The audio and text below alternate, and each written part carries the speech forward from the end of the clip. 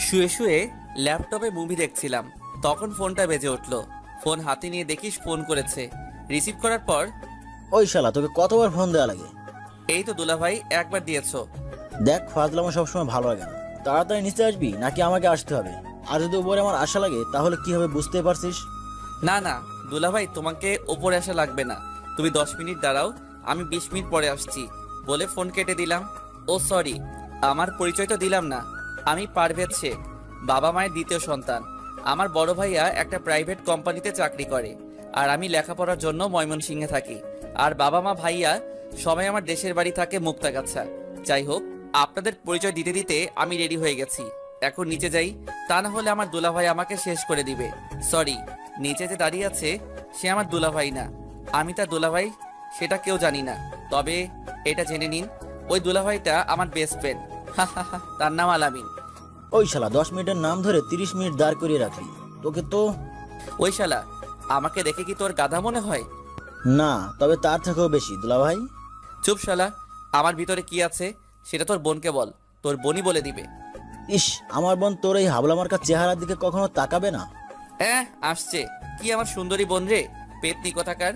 ওই শালা, তোকে না বলছি আমার বোনকে কখনো পেতনি বলবি না। আচ্ছা পেতনি না, পড়ি। এখন তো চল, কলেজে দেরি হয়ে যাচ্ছে। চল। ও, আপনাদের তো বলাই হয়নি, আমি এইবার ডিগ্রি প্রথম বর্ষে পড়ি। তারপরে আমি আর আলামিন কলেজে চলে আসলাম। কলেজে গিয়ে আর দুই দুলাভাইয়ের সাথে দেখা, মানে হৃদয় আর ইমন। ওই শালা, তোদের আসতে দেরি হলো কেন? এই যে এই শালার বোনের জন্য। এর বোন আবার তোর কি?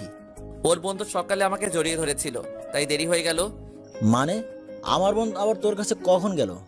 ওই যে সকালে ঘুম থেকে ওঠার আগে আমার স্বপ্নে। কিন্তু শালা তুই তো আমাকে ডাক দিলি, আর সেও হারিয়ে গেল। কি বললি শালা?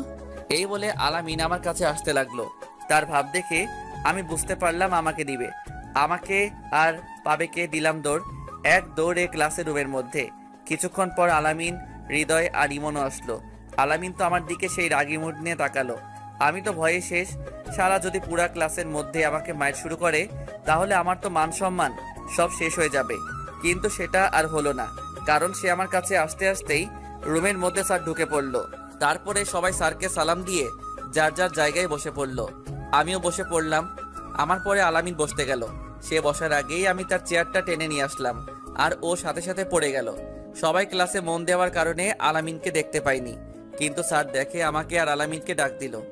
নীল আর আলামিন এদিকে আসো। তারপরে আমি আর আলামিন গেলাম। জি স্যার। তোমরা কি এখনো ছোট আছো? সরি স্যার, আর কখনো হবে না। এই কথাটা যেন মনে থাকে। আর এখন ভুল করার জন্য তোমাদের এই দুজনকে রুম থেকে বের করে দেওয়া হলো। ওকে স্যার বলে আমি আর আলামিন চলে আসলাম। দেখ শালা, তোর জন্য এমনটা হলো। আমি তো এটাই চেয়েছিলাম। মানে মানে ওই স্যারের ক্লাস করতে ভালো লাগে না, তাই চলে আসলাম। ভালো, কিন্তু আরো দুজন তো ভিতরে থাকলো। পিছনে তাকিয়ে দেখ, তাহলে বুঝতে পারবি। তারপরে আলামিন পিছনে তাকিয়ে দেখে হৃদয় আর ইমনও আসছে। কি রে, তোরা চলে আসলি কেন? আবে শালা, তোরা দুজন ক্লাসে থাকবি না আর আমরা সেই ক্লাস করব, তাই না? আমরাও চলে আসলাম। খুব ভালো করেছিস, এখন চল কিছু খেয়ে আসি। চল। তারপরে আমরা ক্যান্টিনে চলে আসলাম। আপনারা হয়তো এটা বুঝতে পেরেছেন যে আমরা 4 বেস্ট ফ্রেন্ড, সবাই সবার কলিজার টুকরা।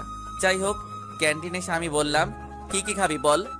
ওই শালা, তুই জানিস না আমরা কি খাই? ও সরি দুলা ভাই, আমার ভুল হয়ে গেছে, আমি এখনই অর্ডার করে আসছি। আচ্ছা তুই বস, আমি অর্ডার করছি। যা। তারপরে হৃদয় চলে গেল অর্ডারের জন্য আমাদের প্রিয় জিনিস আনতে। তখনই এন্ট্রি হলো হৃদয়ের গার্লফ্রেন্ড জান্নাতের। এই পারবেশ, হৃদয় কোথায়? এই তো একটি মেয়ের পেছনে দেখলাম গুড়গুড় করতেছে। কতবার বললাম জান্নাত তোকে অনেক লাভ করে, কে শুনে কার কথা, যেখানে আমাদের কোনো গার্লফ্রেন্ড নেই। আর তুই শালা দিলাম প্যাচ লাগিয়ে, ভাবতেই ভালো লাগে। মনে মনে বললাম। কি বললি? সত্যি তো? ভাবি, আমরা কি মিথ্যা বলতে পারি বলেন? তাই তো। আর কিছু না বলে দেখলাম রাগে হনহন করে চলে গেল। আর এইদিকে তো আমরা সবাই হাসাহাসি করছি। তখনই হৃদয় আসলো আর বলল, কি ব্যাপার, এত হাসতেছিস কেন? না এমনি। ওহ। ওই শালা কি নিয়ে আসলে এইগুলা? কেন, ফুচকা?